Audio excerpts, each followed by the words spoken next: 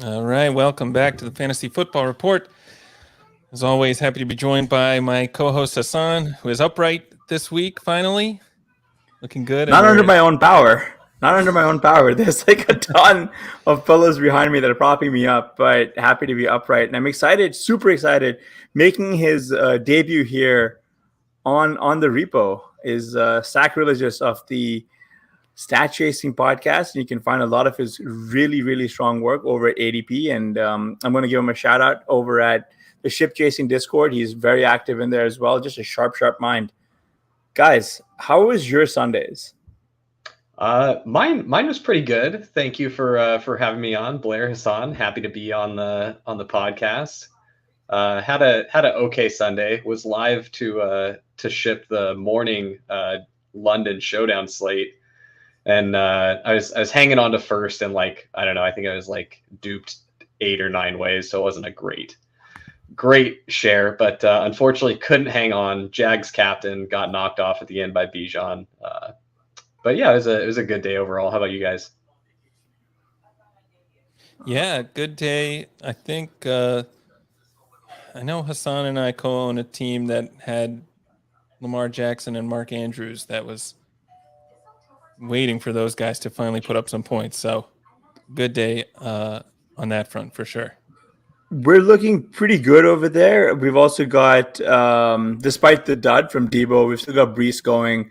Optimistically, if we can get a big night out of Debo, we won't need JSN to do anything. Also, we co-own. We have a main event team. We didn't stream this live, unfortunately. We did a slow draft that Blair wrote up, but we do co-own a main event team with the Ship Chasing crew called the Four Horsemen. Currently, as long as Ken Walker doesn't go absolutely ballistic and we can keep getting points out of Garrett Wilson and Breece Hall, we should be looking good there too. I'm also trying to fade a Ken Walker nuclear game, so our interests are aligned there, and I don't want to talk about how my main event team did this week. This was like a very lopsided, just a bizarro week. It really is. So it really is difficult because it's difficult to come on here and talk about how the day went. But in full transparency, I think I went 3-10 betting player props today. It's just got completely hosed.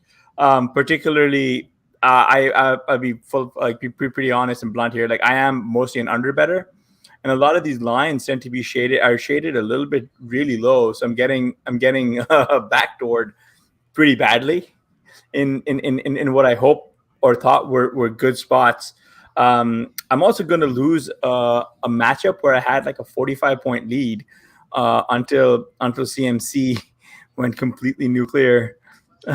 So we're doing good. But I was excited to hear that you were close to shipping the morning there with in Showdown.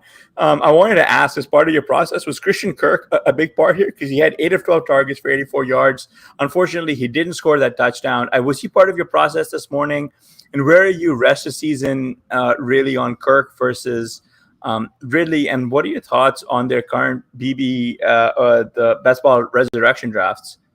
Yeah, as far as my Showdown process is concerned, it's pretty heavily revolved around Sims and trying to mitigate dupes and only playing, if I am going to play a duplicated lineup, it's going to win at such a high frequency that I'm going to be plus ROI on it. So I try to keep my player takes out of it for the most part, because I believe that the Sims are capturing my any knowledge or player takes that I would have. I'm fearful that I'd be double counting. So every once in a while, I'll make a couple tweaks here and there, but for the most part, it's going to be I trust the computer, I trust the process. As far as the Jags passing game, though, I actually wrote about this a little bit over at Spike Week in my portfolio review postmortem article. And this was post week 1. I was trying to get it out before week 1, just so I didn't have anything tainted by any actual results. But it was post week 1, and Calvin Ridley had gone off in week 1. and I was underweight Ridley. I got a lot of him in like the late 30s and even 40s during best ball drafts. And so I was happy with my, I think, 5% Ridley across my portfolio, but at good prices. And then week 1 came, and I immediately was like, I would have loved to have more Ridley, but I wasn't going to chase him up. I thought that the way to play that offense was through the cheaper options, really because my thesis on the offense the entire time was this is going to be an offense where there will be spike weeks from all 3 receivers. And I don't think it's going to come down to, oh, there's one guy who's the alpha who's just running away with it. I think that of the 3 receivers, Ridley is the best of the 3. But I really, just from watching last season, like, I mean, if Marvin Jones wasn't so dusty, I think we probably would have seen it play out in a pretty similar way last season. But we still saw it with Zay Jones and Evan Ingram putting up pretty big weeks alongside Christian Kirk. So that was my thesis on the offense.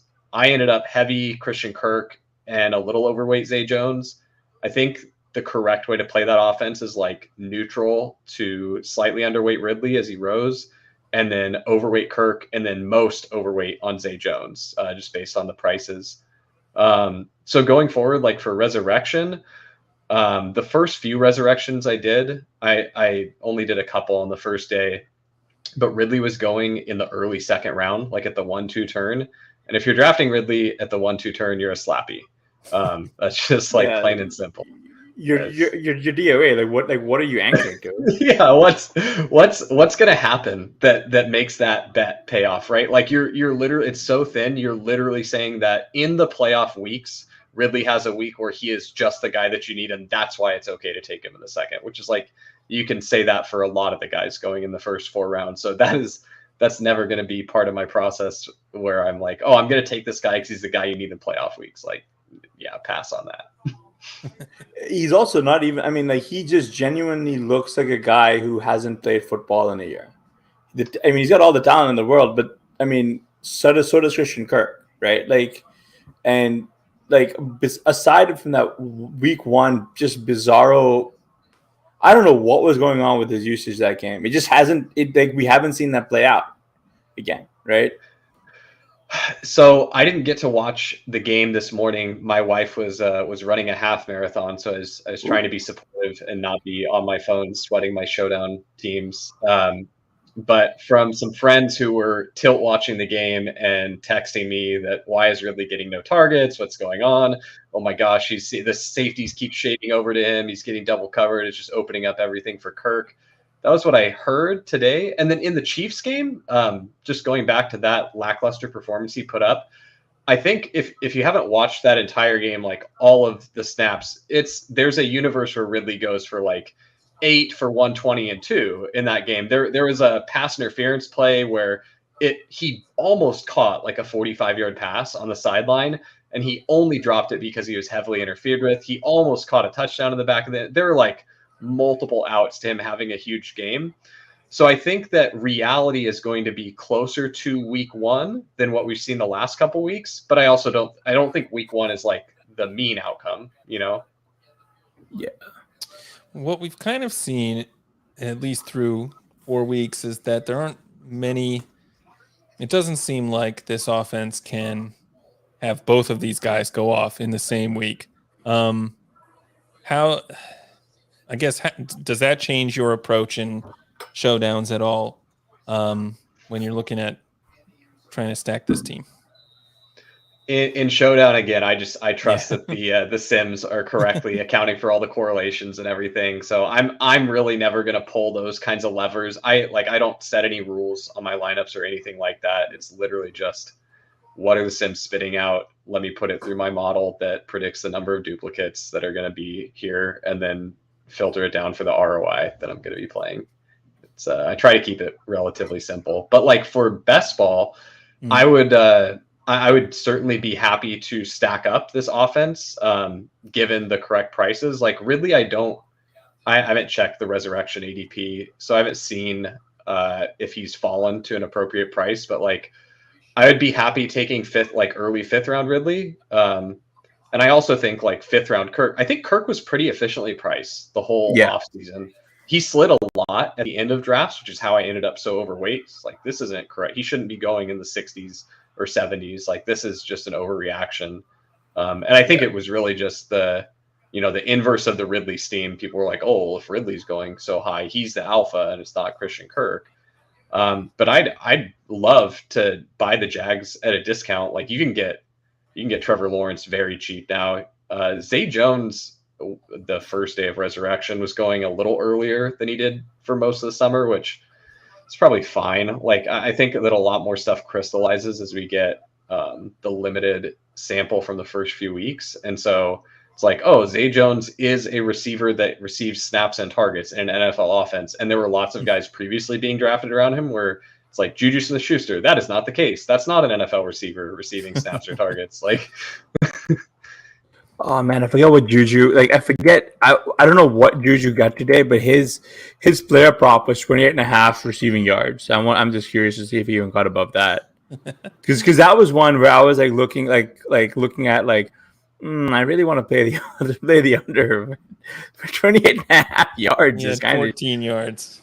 He had 4. I should have just done 5 it. Targets. I should have just done it. Was it literally just the one reception? Because he got one reception where his head got taken off damn near. No, it was just like a basic like over under for like receiving yards for the game, 28.5, and I was like, I've gotten backdoored quite a bit the last 2 weeks, so I'm like, I can see a world where he just gets to like 29 and like 7 seconds to go, and I'm sitting there like, just another one, just another. Should I trade Montgomery and Diggs for Amon-Ra and Jahmyr Gibbs? I would not be doing this. I mean, we can actually talk about Diggs because we were going to talk about Buffalo, Miami.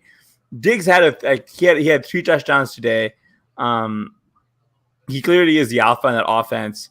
I mean, like, he's just so far away and ahead. Like, one of the his offseason price was very, like as you said, was very efficient in terms of the best ball, right? Nothing has changed to where I want him to move for Amon-Ra, right? Like, he's basically in the Amon-Ra role with Josh Allen. Like this isn't a trade that's really winning for you, right? Like you're just essentially flip-flopping the two. And Montgomery, unfortunately, for what it is, it just sucks. But we've seen what the usage is. He's just gonna be cucking Jahmyr Gibbs like all season. And this is gonna suck. It sucks.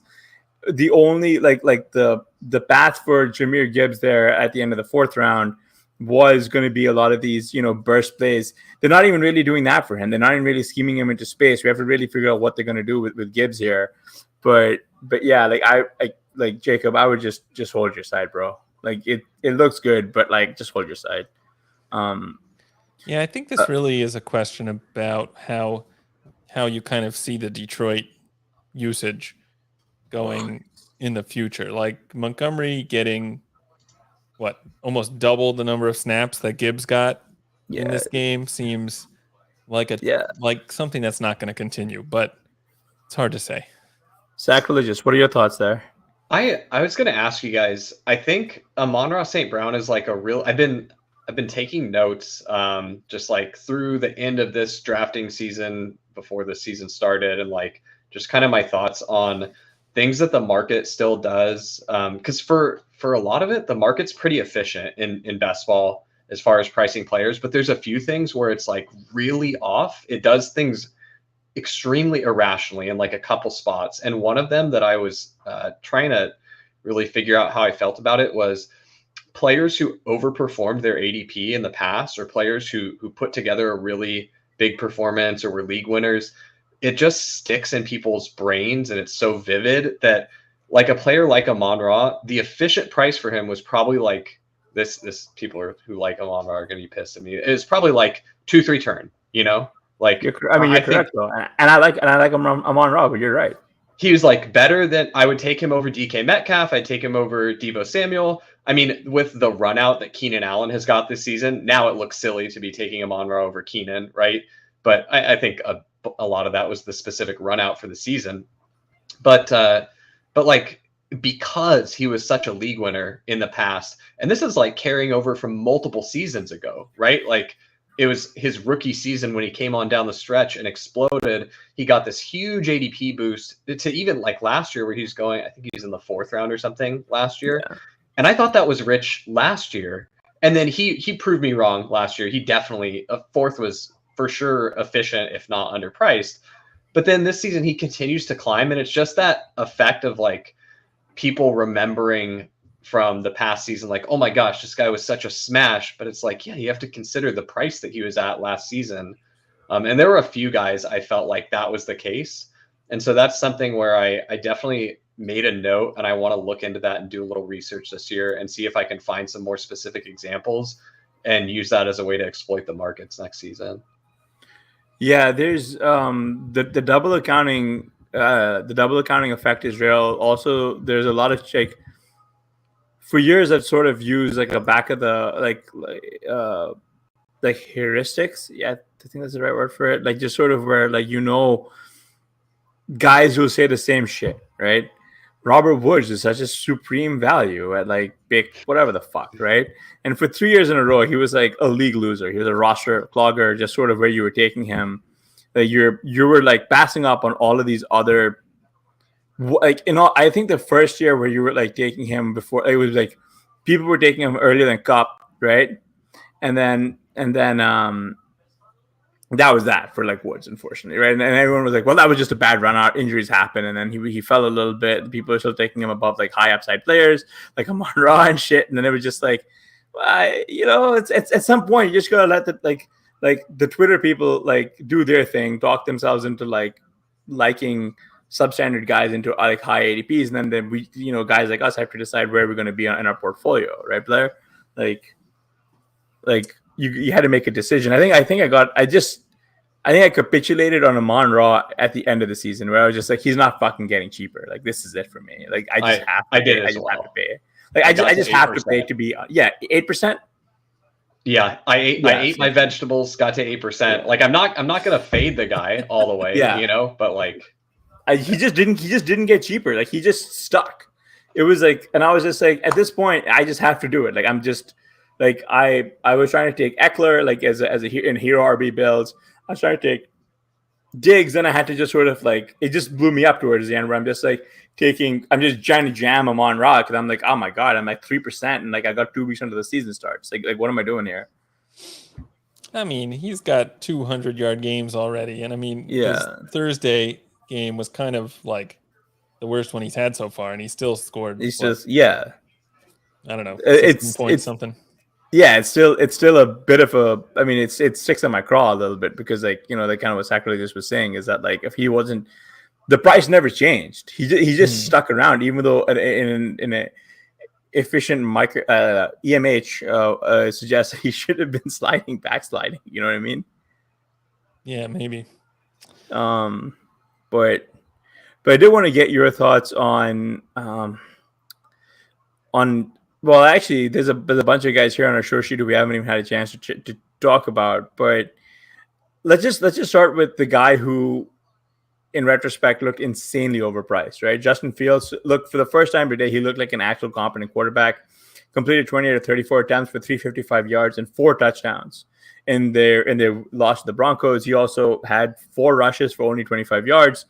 I mean, basically, this was a career day for him, right? Like, he carved up whatever the Denver Broncos called the secondary, and he had like a lot of long gains. Like Cole Kmet dropped about close to 30 PPR points in FFPC. DJ Moore came to life on all my benches, so that was great. You know, so I just wanted to get your thoughts here on Justin Fields, just as a player himself. Like, you know, like, what is your baseline expectation for Fields going forward? Should we expect like a mean reversion, or like where are we going with this? Blair, you want this one, or you want me to take first swing at it? Take it. Yeah, okay. Go for it. I definitely can't say, oh, I saw this coming for Justin Fields, but I did. My portfolio kind of reflects that I saw this in the range of outcomes as more likely than I think the market did. Because I was underweight Fields in just traditional, you know, best ball tournament format, but I was substantially overweight in weekly winners. And I did it that way because I really felt like in a single week, he can break the slate in such an absurd way. Like Justin Fields can get to 50 points and just smash, and actually separate from quarterback in a way that lots of the other quarterbacks, even the elite ones, don't separate. Like the best Pat Mahomes game is not going to be 50 points, with 4-point passing touchdown. Like, I mean, maybe, but like not in the way that Fields can actually hit like a 50-point game twice a season, if he's actually running. But I didn't think he would be actually good and like string it together for a long time. And so I'm currently feeling very smart about the way that I played it, but who knows if I'll actually win any money with that. But yeah, I honestly expected he'd be better than this. But who knows? He did the same thing last season where he sucked for half the season and then he just started running a lot more, and that's what it took for fantasy. So, I mean, it might just end up being Groundhog Day and we get the same kind of run out from Fields again. I would certainly like to see that. Yeah, that would be fun. Well, it's definitely worth noting how kind of pathetic the Broncos defense has looked this season and even last season. So I think at least when you're looking at this game, it's you can explain how Fields could get to these numbers. But yeah, like you said, he does definitely have this kind of upside. So yeah, I don't know. Hopefully we'll see more of this, but I'm kind of thinking it's a little bit of an anomaly just because of the defense, at least the passing numbers. So you would not be, let's say in a resurrection draft, he's going, I haven't looked at the recent ADP, but let's say he's going like round 7, 8 turn. Are you interested in buying at that price? I am. Yeah. Yeah, he's still got legs. I don't know if I don't think I'd be in on that price. I think one of the interesting things I'm curious of what happens at the end of this season actually is given the elevated QB pricing and the fact that you just had to swallow it. I'm very curious as to if the theory of the QB window continues to hold, right? Because so far QBs who are sitting in the window are doing really, really well.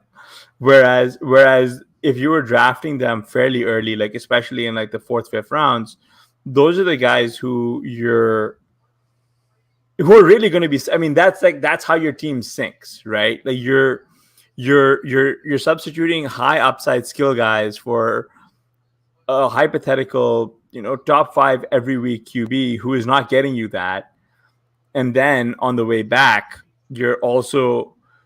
It also that at the elevated pricing also means there's a bunch of other quarterbacks who are going really early now, and so it just sort of has pushed a lot of these questionable quarterbacks into like a higher thing. So I'm definitely very interested in seeing what comes of this. I mean, seismic. It almost seems hyperbolic to call it seismic, but as someone who's been playing since 2016, it definitely felt seismic in that I don't think we saw this type of elevated QB ADP in a very, very long time. But I wanted to flip over because you mentioned explosiveness in players. There were a couple of explosive players over on the Broncos' side. Notably, this has been your guy, man. Like Jaleel McLaughlin, he had 7 rushes for 72 yards. He also had 3 catches for 32 yards and a score. He took over the backfield after Javonte Williams left with a hip injury. Right. So we don't know the extent of Javonte Williams' injuries here, but Blair, like, is Jaleel like a 100% rosterable guy? And to that end, Sackreligious, like, where would you be taking him in resurrection if you knew Javonte was out for, let's say, 8 weeks? Yeah, I mean, McLaughlin is a guy who I was actually drafting at in the off season, but that's more because I'm just kind of a sucker for these small, fast guys who probably won't do anything. But I'm chasing the Philip Lindsay profile every year, and I think we got it this year. It's McLaughlin. I think so. I thought McLaughlin was interesting. I too have been a sucker for that archetype in the past. Have definitely had had some Philip Lindsay bags in the past. Had this year I would have been more interested in Keaton Mitchell if I didn't think that Justice Hill was going to be the truth. I'm really getting worried that might not happen after seeing Melvin Gordon get so many snaps. That's a pretty bearish sign. But I definitely think that Jaleel McLaughlin's interesting. If it's not, if Javonte is not out though through the fantasy playoffs, I'm really not terribly interested in taking him with any significant draft capital, because the way that I play, I don't really want to be buying a guy purely for like, and this will help me advance. Like, you know who else could help you advance? Like Puka Nacua helped you advance this summer if you were taking him in the 18th round. And it's like, just why don't you just get the guy that's a stone cold league winner? And don't draft the guy that's like, well, he'll help me advance. Like, why don't you just take swings on guys with upside and they'll help you advance and then win you the whole thing, Devin Ashane. Oh, HN. Sorry. Oh man, my Achan bags are so full, and it was glorious last week. I was having a grand old time. And this week. And this week, yeah. This week we've been really restraining ourselves here. Cobra Kai asked a fun question. We were gonna run back. I was thinking Nico Collins. He said rest of the season right now. Nico Collins and Jamar Chase, fantasy points rest of the season. Well, one. That sucks because I didn't run back my Nico Collins overs from last week, so I'm out that money. Two, my Jamar Chase bags at 2 are very, very full, bro. I'm in pain, and man, the Bengals are lost. So I think realistically, is that even? Because I'd probably take the Jamar Chase side if you're offering even odds there. But like, I mean, it's tough because at least here's how I think about that question: is Jamar Chase no longer, unfortunately, has T. Higgins, right? Whereas because he's got a fractured rib, so he's expected to be out for a little bit. Whereas Tank Dell is still coming on, and CJ Stroud looks to be like the QB1 in this class. In fact, if anything, he should be going the earliest of any of the rookie QBs in resurrection, I would think. Despite Anthony Richardson's rushing prowess, like CJ Stroud he broke Andrew Luck's record, which has to count for something, right? Like in terms of passing yards. And Nico Collins has to still contend with Tank Dell, who seems to be coming on pretty nicely. But before we move off of Denver Broncos, just one more take. Marvin Mims ran only 10 routes today. That was fewer than 5 Broncos players, but he leads Denver with 242 receiving yards, right? The next guy on the list is Cortland Sutton with 216. Right, and just to put that in context, Mims has run 36 routes in the season. Sutton has run 129.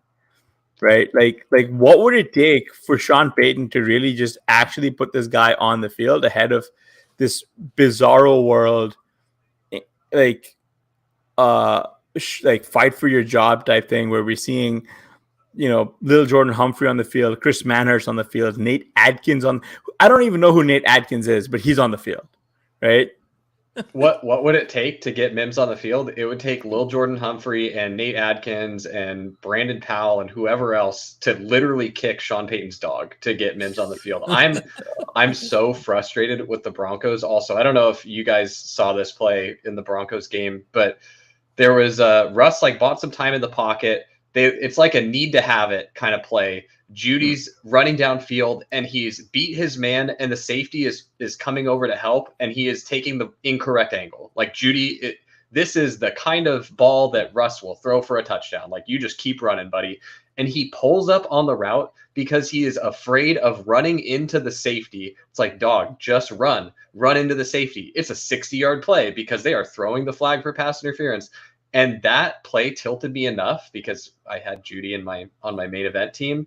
That's the last share of Jerry Jeudy I ever draft for the rest of his career. Hand to God. I promise I will have no more Jeudy, because you know what that reminded me of? It reminded me of late in his time with the Raiders, Amari Cooper. Like, just giving up on routes, could be less interested in actually playing the game. He was like, oh, I don't think I want to take this hit. Like, do we have to hit each other in this football thing? Like, I'd prefer not to. And I have no patience for that. I'm totally out on Jeudy. That's a super emotional overreaction, but everyone else can have all the Jeudy, man. I'm good off it.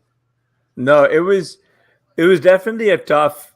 It's really weird because when you look at the Broncos on paper, they should be a lot better than how they've been playing. This team doesn't make any sense. Well, the problem is Right? that all their guys who are playing well are not actually getting in the game. Are not on the field. So I have really no hope that McLaughlin is actually going to get a lot of run because he's playing too well. Yeah, I mean, but that's what Sean Payton this Sean Payton genius idea is, right? Like this is like a magician. Like, ooh, you thought we have had all these crappy players on the field. Now look, what's your defense gonna do? But yeah, I mean, it's just one of those things. Speaking of crappy players, Jahan Dotson caught 4 of 9 targets for 27 yards and a score in the Commanders' Week 4 loss to the Eagles. This guy just keeps getting targets and there's no production. I mean, just to give you guys a heads up or a little bit of an insider view, Pete overs that messaged the main event group chat and said, "Do we bench Dotson for Rashee Rice?" Right. So this is kind of where we're at, guys. So I wanted to get your guys' take. Sackreligious, Dotson. Did people get too over enthusiastic with him because he's handily been outproduced by McLaurin and is just not doing enough since week 1. And Blair, as someone who lives in the area and has boots to the ground knowledge on this, like, is he just one of those faux second-year breakouts that we were chasing? I thought he'd be a lot better, honestly. Like his metrics from last season. I know this got talked to death, but it was like early in the offseason, him and Pickens Pickens was going a little before him, and he was going after Pickens, and everyone was like, "Oh, all their metrics are identical. You cover up the names, they're the same player, and you guys are paying so much for Pickens." And then Dotson came up, and then Deontay came up, and the prices tried to correct for that. And it turns out that I don't know, there's something there that the metrics weren't fully capturing because Dotson doesn't seem great. But I'll defer to you, Blair. What do you think? Is Dotson just toast? Yeah, he definitely hasn't looked as good as I expected. I was one of the guys for sure beating the drum for him and for Pickens. But I mean, he did catch this touchdown at the very end of the fourth quarter to tie it and send it into overtime. That's a confidence boost. That's going to look good. The coaches are going to remember that. This is my non-analytic way of trying to justify drafting him. I just think that we chased him up too high, right? Like one of the things that I will say is, and one of the more disappointing things I think about this NFL season so far has been incredibly wonky reporting, right? Like when you start to think about, like, just go back to this week, right? We heard Jameis was going to start, then it was Derek Carr, right? We thought Watson was going to play all day, then it was like DTR, right? Like it was reported that Rashawn Johnson was going to have a bigger role. That didn't work out, right? I think Jared Daigle had a poll earlier today where it was like worst report: Rashawn Johnson to be the featured back, Joe Burrow fully healthy, more run from Marvin Mims, Derek Carr fully good to go, right? And that's just from today, right? Like, this doesn't even account for all the stuff that we saw. Like, and I know the offseason is all about hype stuff, but like realistically, like the reporting has really led us so awry that like it's actually difficult. Like, I don't know what is real anymore, if that makes sense to you guys. I mean, oh wait, here's one: Zeke Elliott to be the featured RB today, with Ramondre taking the backseat, right? Like, and that was from Rappaport, right? And so what do we? So like, how heavy of a discount should we be giving to some of these news reports before buying in? Because like part of the thesis behind Dotson was Terry McLaurin to miss 4 to 6 weeks, right? If you guys remember that, right?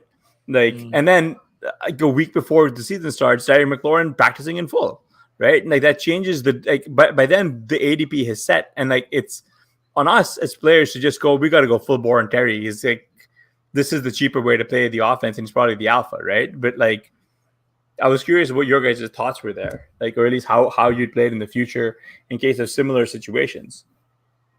I think a little bit of this ties into what was talking about earlier of the market like anchoring to previous information or previous takes or what have you, and it's not quick enough to adjust or do things efficiently. It bakes in priors to, and it's not even that it's baking in priors. It's like it's just baking in the past cost a lot on certain players. And to talk about the information that we've been getting, like just this week, all those faulty reports, for lack of a better word. Do you just like, can you only trust your own research now? Can you only trust stuff that you yourself have validated? And the other thing, the way that I want to think about it is all of this information, like everyone who's plugged into fantasy got all of that same bad information this week. And so how much valuable information is out there that you would miss if you decided like, I don't trust any of these people as far as I can throw them. I'm gonna, I'll validate the stuff I can validate, and for anything that I don't know with 100% certainty, like that I feel confident about it, then I'm just gonna ignore it and I'll let the market play into it. And sometimes I'm gonna get burned because it's gonna be an accurate report, but I mean, it does seem like this year there's a lot of this bad reporting going on. So maybe I just let the market play into it and I'll go the other way.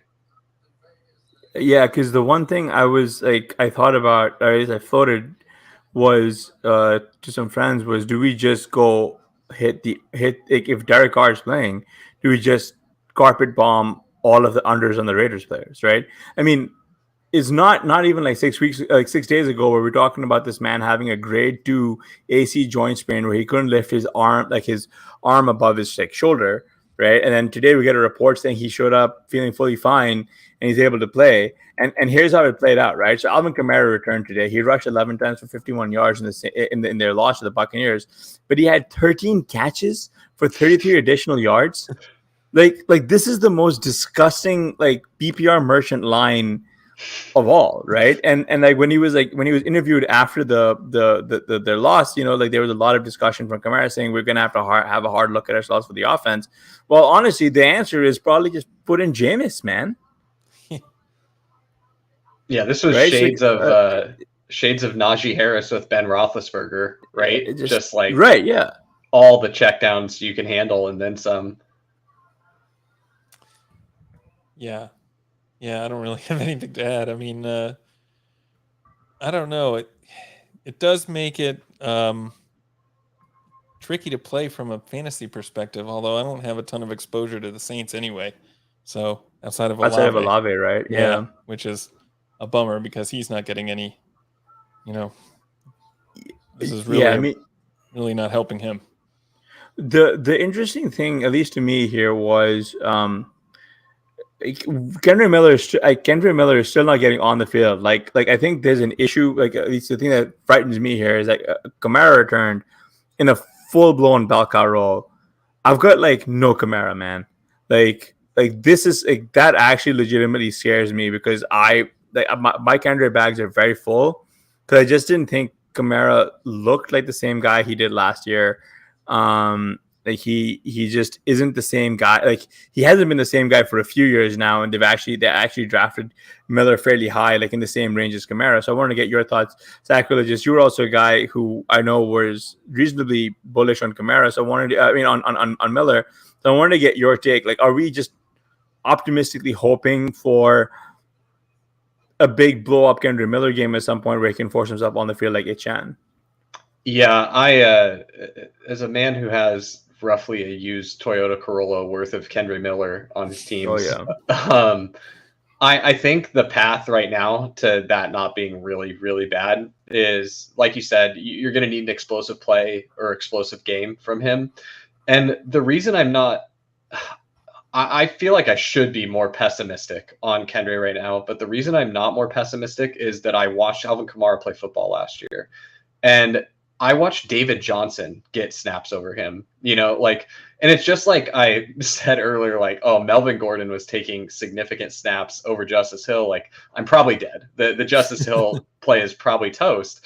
Well, if David Johnson is getting on the field and Mark Ingram came back to the Saints and played over Alvin Kamara, like in a workhorse role last season for some games. So like, I'm pretty sure Alvin Kamara is not the same guy. I think he's probably dusty. He still was good in the passing game last year, and we haven't seen enough yet this year to know if that's gone. I mean, I'm willing to throw out the tape on this game. Like, it's just an anomaly of Derek Carr not being able to, throw the ball downfield at all. But yeah, I'm hopeful that you get just enough Kendre and he randomly breaks one and does enough where the coaching staff is like, we should take a longer look at this guy. That's kind of what I think the path is. They're not going anywhere, man. I mean, like the Buccaneers under Mayfield look they look kind of revitalized. I don't know. Blair, what are your thoughts? No, I mean, they've been a surprise to me this year, and especially in this game against what, looked like a pretty good Saints defense. But I can't fully wrap my head around the Buccaneers playing like this with Mayfield. He's lost me too much money in the past.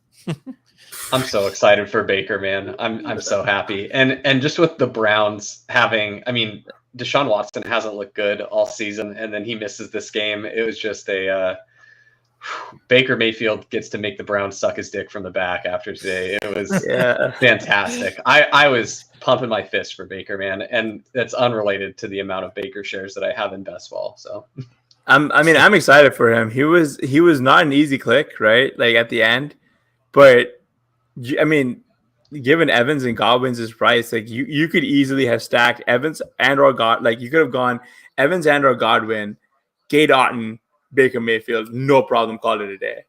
Mm-hmm. Like on DK, like that's your 19th, 20th round pick, and you could have just no thinking. I mean Mayfield's played really well, but like he looks closer to his rookie year than he's ever looked in the entire NFL. Like it's wild to me. It was an easy stack to get, but there was a reason for that, of course. Because when you did it, it didn't feel good. Yeah, but like the entire market didn't feel it was looking good, right? Like it's oh my god, I got a bunch of Monty and a Shane on good teams. My HN high scoring team on Underdog. It's 584. Nice.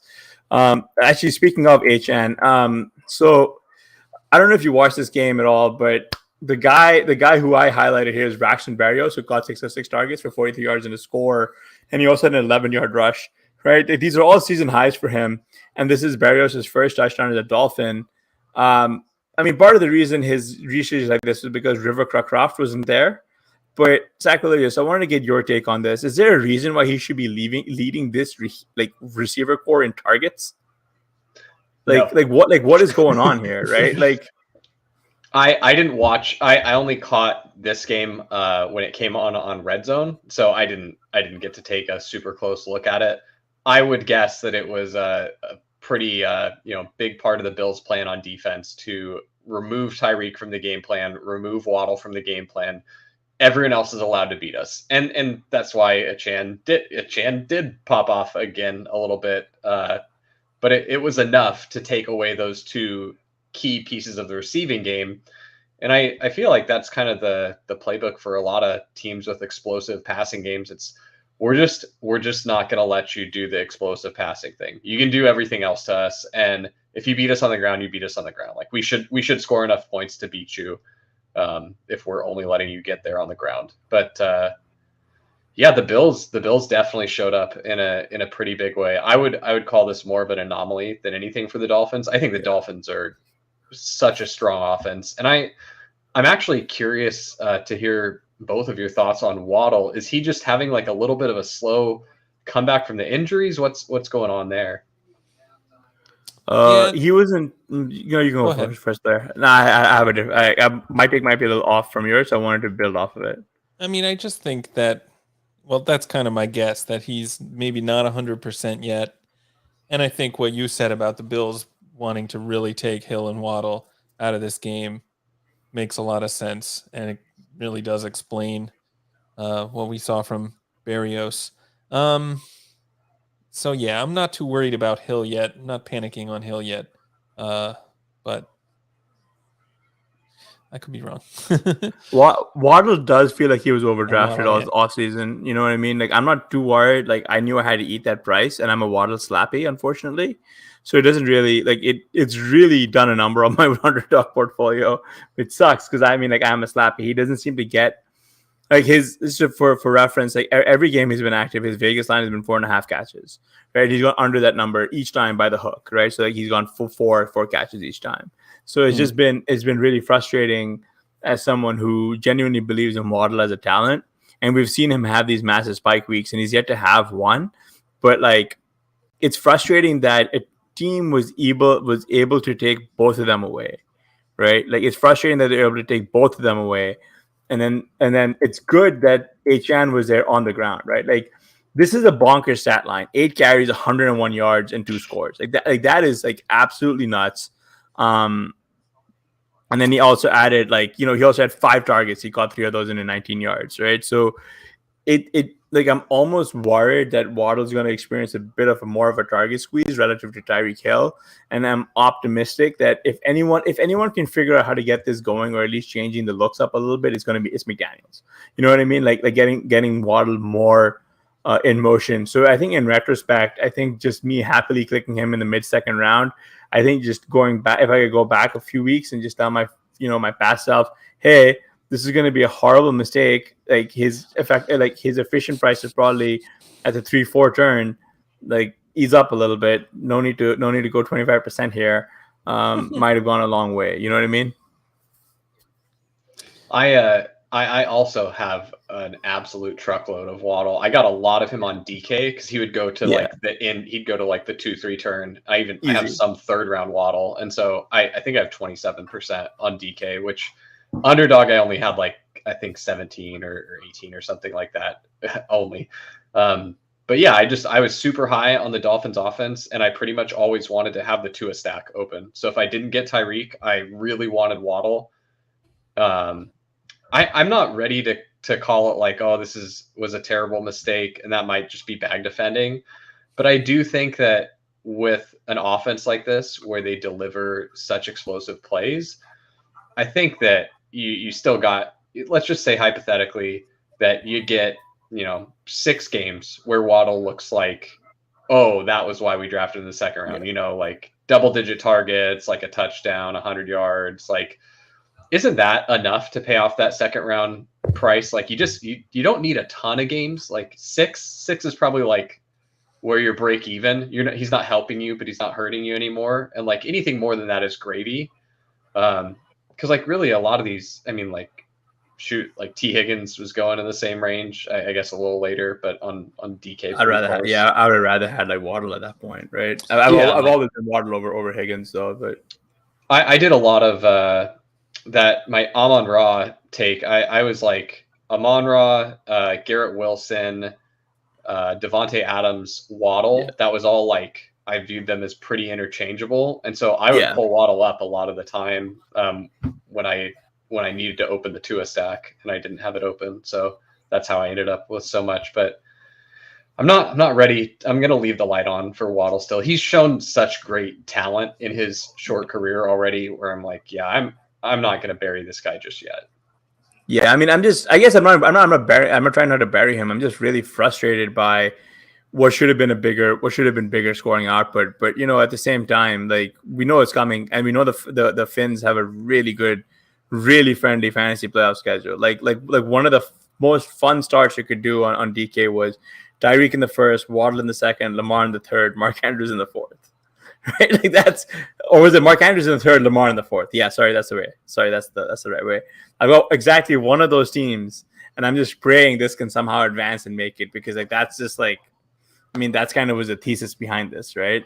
Yeah, like, you'd love to sneak that one into the finals. Yeah, somehow, right? But like, because both of them have like solid. I think that also contributed a little bit to Waddle's price, right? Is like, or at least what was being baked into the market was this fun fantasy friendly like playoff.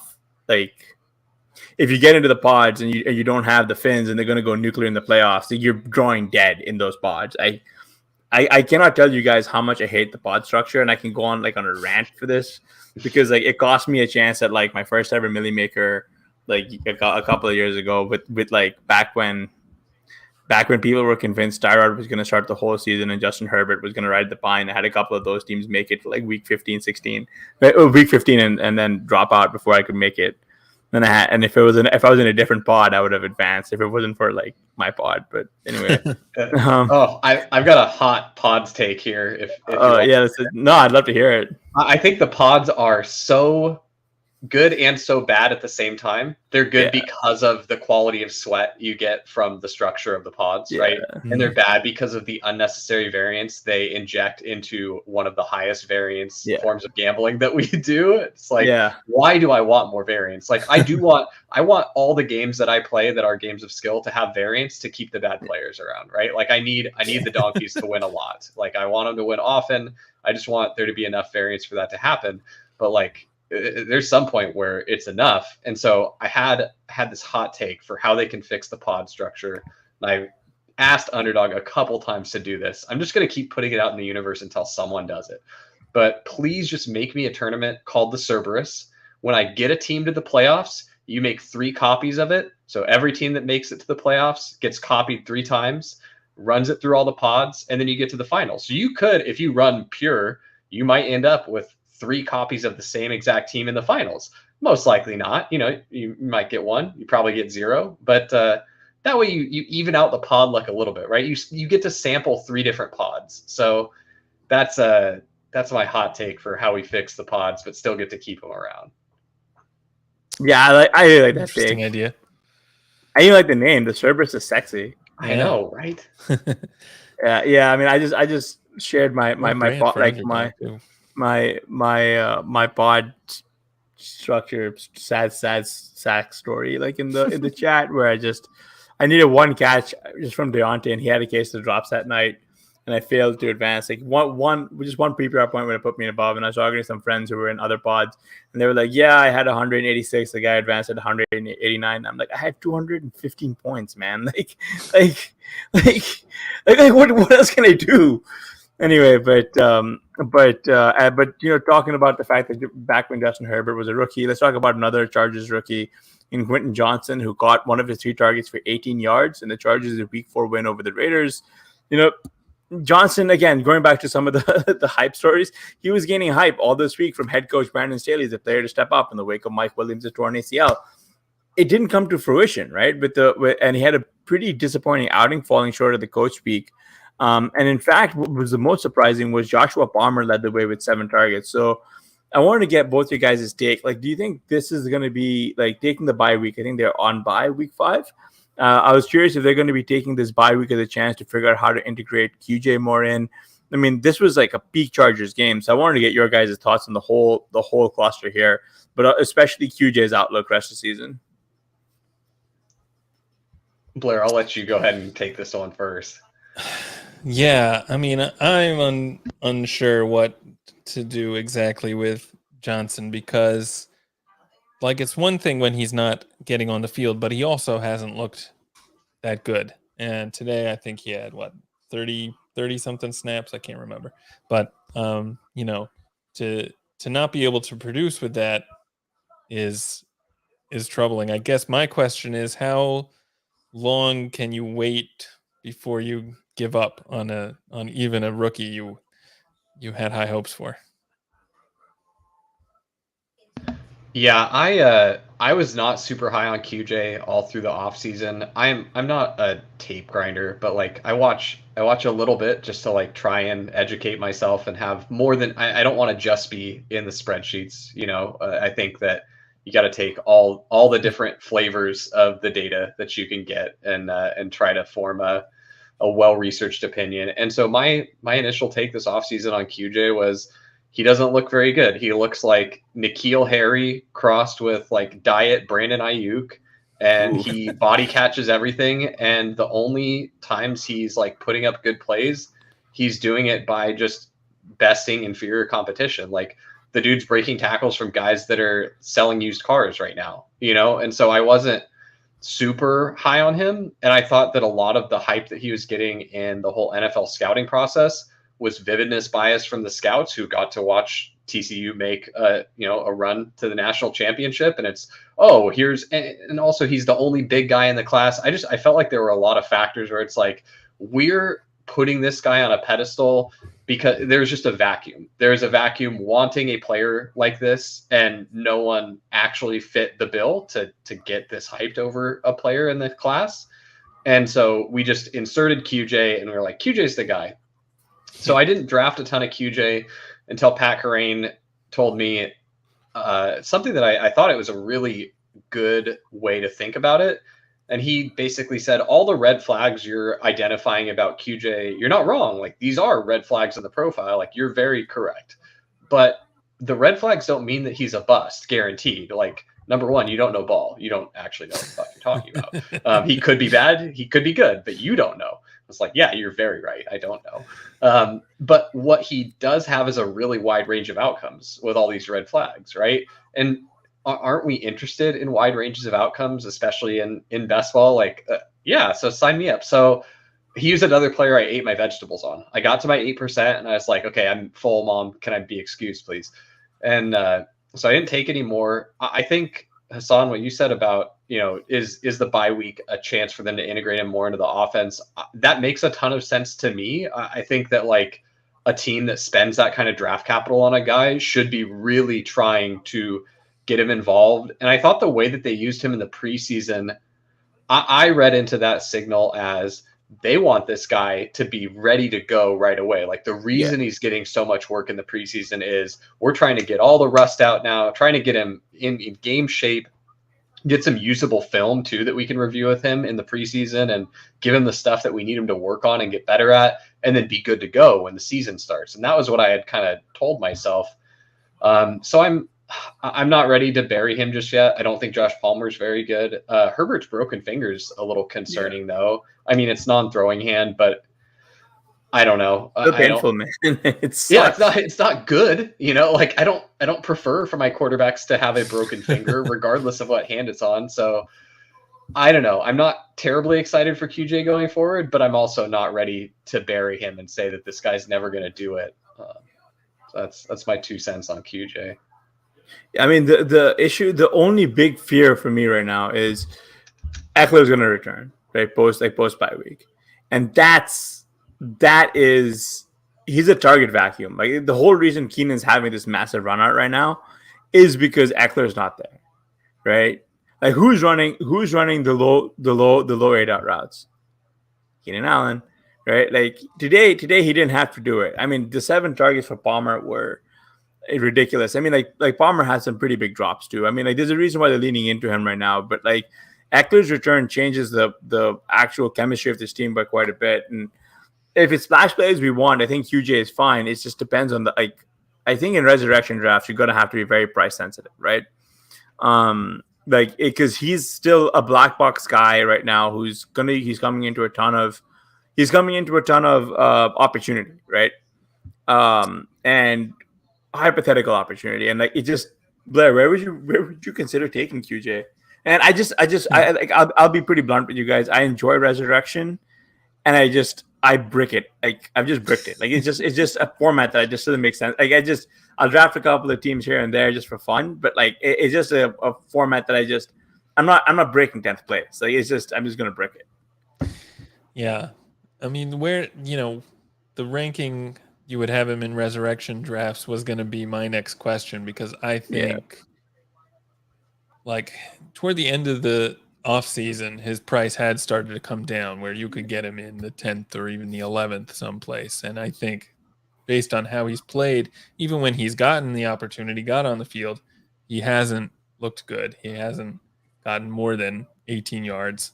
I mean, you're talking about splash plays, but we haven't seen that really. So you got to drop him from there quite a bit. I mean, I don't know, 15th round. Maybe I'm too pessimistic.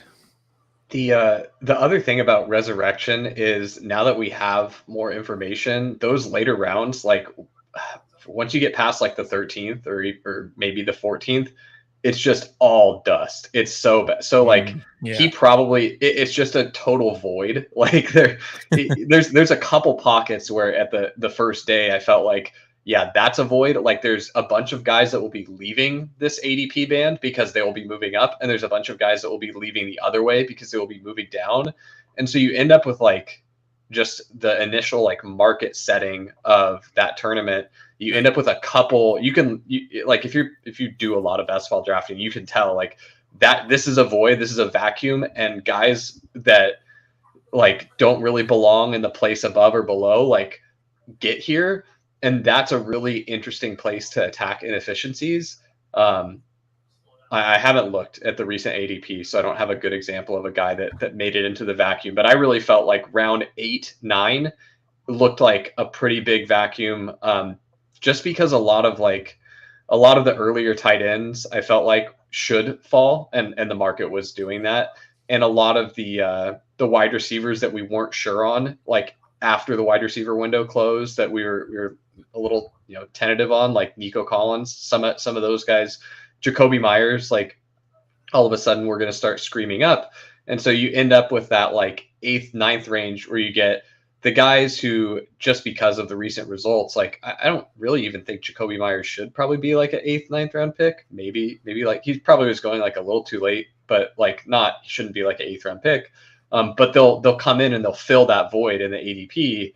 And so you just end up with this weird bucket of, it's like the island of misfit toys. It's like guys that shouldn't go higher, but we've for sure decided that the guys after them should go later. And so you just end up with this weird hodgepodge of guys. And I think QJ is one of those that'll probably end up in that the weird void after like round 13 and on. Yeah. Yeah, but someone in the yeah, he's seen him go in the 6th and 7th in resurrection draft. I mean, at that price, I'm just out, man. Like wondering if I should try and trade away Moss, Dubs, and Pierce for Swift and Standard. Let me know.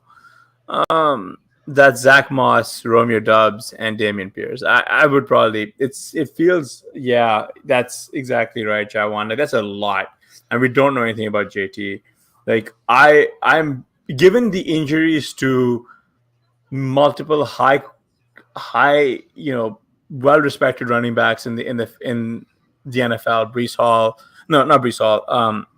J.K. Dobbins, Saquon Barkley, Nick Chubb, right? And not to mention the soft tissue injuries of guys like Eckler and Aaron Jones. I'm really not sure how JT just folds his hand here. If anything, this has made his point for him. Like, I need to be paid, or move me to a team that will pay me, right? The fact that the Colts is just refusing to move him, and the kind of outlandish trade requests they have don't square the circle, right? If you truly believe this man is worth Waddle plus like 3 other first-round talents, why aren't you paying him, right? Like this doesn't. If anything, you're making the case for him. Like JT is here saying I'm worth a lot, and then you're saying to your trade partners, yeah, we think he's worth 4 of your best players. All right, so then why aren't you paying him, right? Help me make sense of this.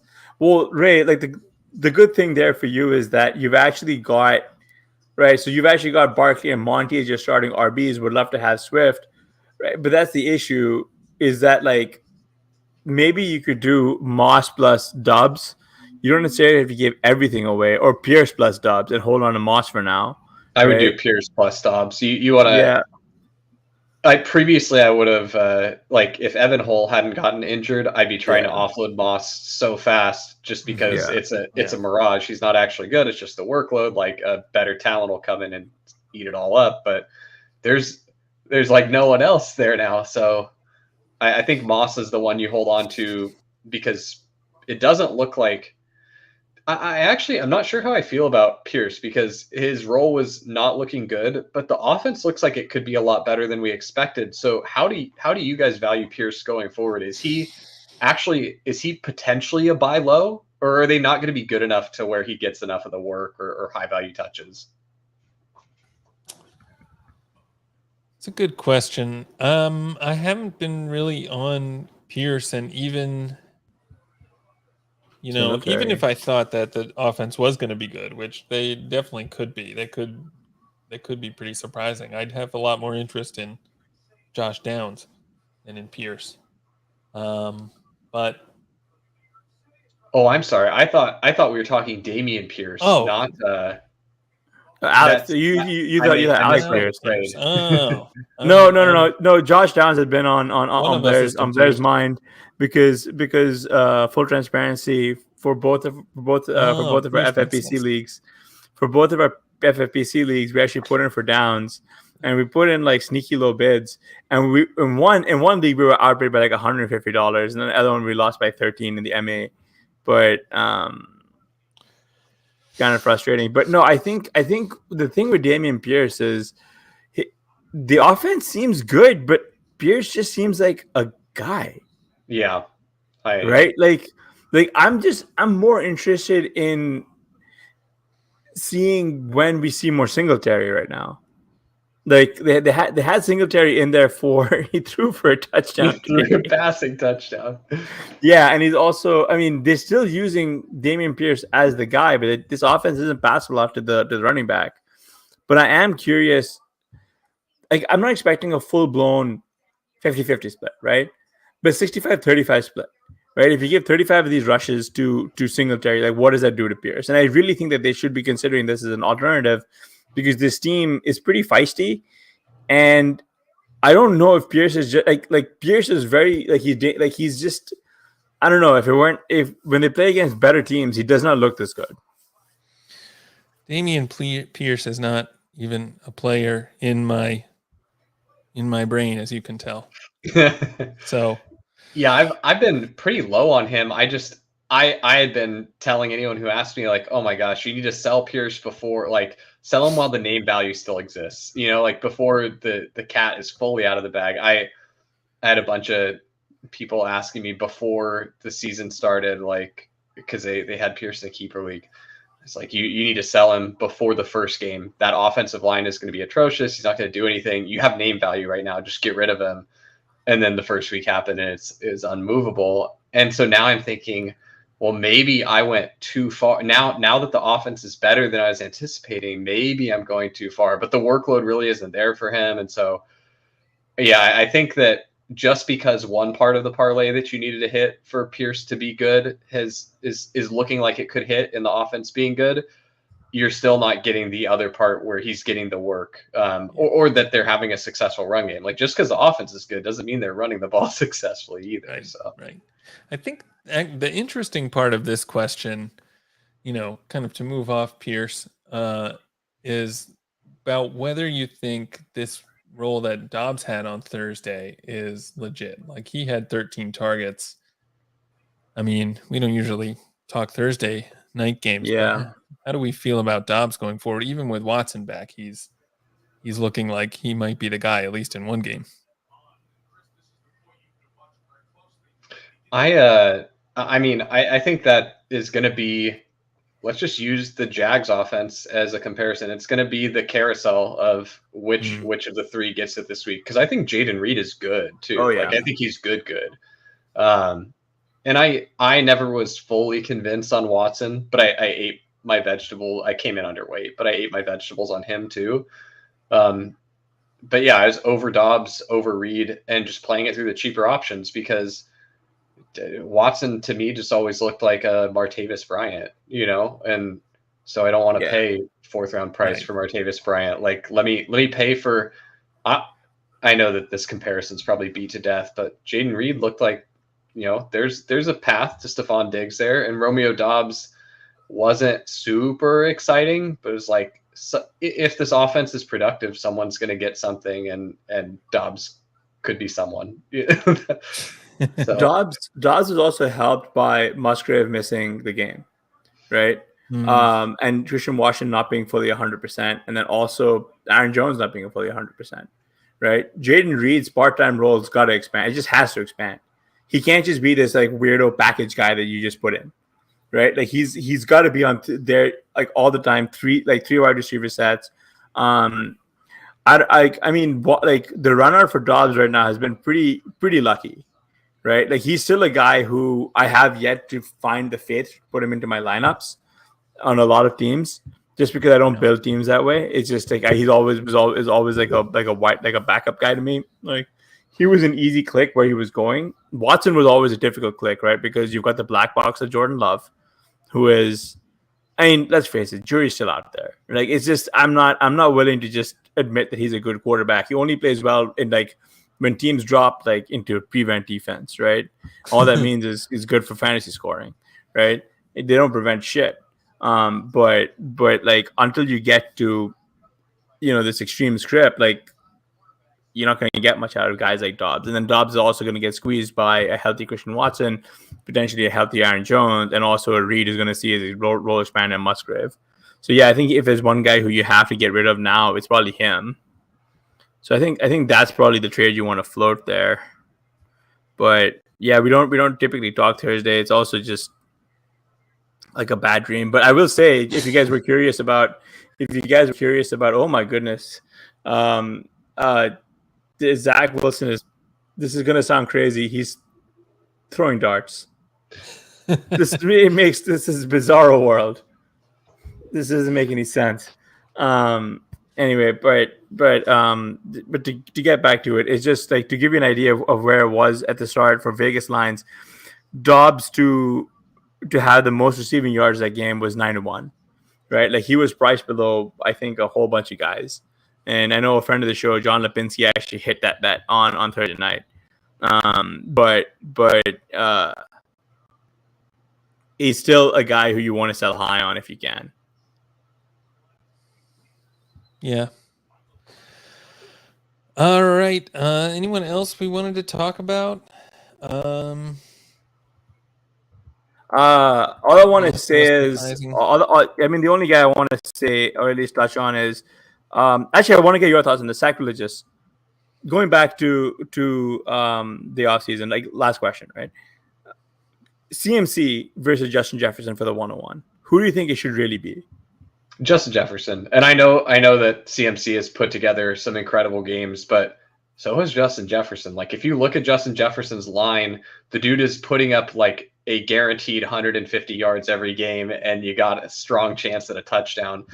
And when you consider like the volatility of wide receiver, like yes, the run out for running back, if you knew that Nick Chubb was going to get his knee just absolutely destroyed, if you knew that Dobbins was going to go down, if you knew that all these running backs were going to just totally be dead, then yeah, the advantage that CMC gives you at the position is really strong. And you could just CMC, and then I don't draft another running back until like a Chan, and then I click a bunch of guys late, and we'll make it work for my RB2. But I think without like the specific way that this season has played out with all the running back injuries, I still think that it's Justin Jefferson. I think that his profile is just too elite. I never, like when I'd see people take Chase over Jefferson, they're like, oh, well, they're like in the same tier. I never really agreed with that. I never once took Chase over Jefferson. Not that that's like a hot take. I feel like it's kind of wild for people taking Chase over Jefferson. But for me, it's Jefferson over CMC, and then CMC at 2 and Tyreek at 3, and then that's the tier, and then it's everyone else.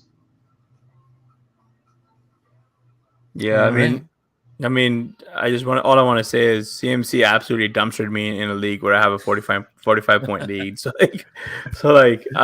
you know, great job. But Blair. Yeah, you know, CMC is going to have these games kind of often. What can you do? PFF ESPN graded that trade a C-, and PFF said CMC is worthless. Oh man! All right, perfect note to end on that one. Sackreligious, what you got going on this season? We've already talked a little about stat chasing, but yeah, I'm on stat chasing. You can catch us there every week on Tuesdays. Gonna break down some PFF stats that I build into charts with my co-host Drico. Writing articles over at Spike Week, really focusing on best ball strategy and game theory. My most recent pieces I put out were just a portfolio postmortem, so you can kind of get inside my brain, see how I drafted, I do talk about a little bit of game theory in there as well, and how I think you should be playing these best ball tournaments. And then my big stuff I'm working on now is I'm building some tools for playoff best ball, and really I know it sounds early to be doing that, but I really want to make sure I've got all my ducks in a row when those tournaments launch. And I do think those are some of the most exploitable contest formats. And like if you're playing best ball seriously and trying to do it as a profitable hobby, I think that you should be maxing, if within your bankroll, you should be maxing out playoff best ball, or getting down as much as you can comfortably, because it's a lot easier, just from like what the field does relative to normal traditional best ball tournaments. But anyway, yeah, come find me on Spike Week, watch me on Stat Chasing, and thanks for having me on, guys. It was fun. Yeah, definitely a lot of fun. Thank you so much for coming on. Definitely check out his work. And if you're not already subscribed to our channel, then make sure to subscribe and do all the YouTube things that I can't remember. And we'll talk to you next time.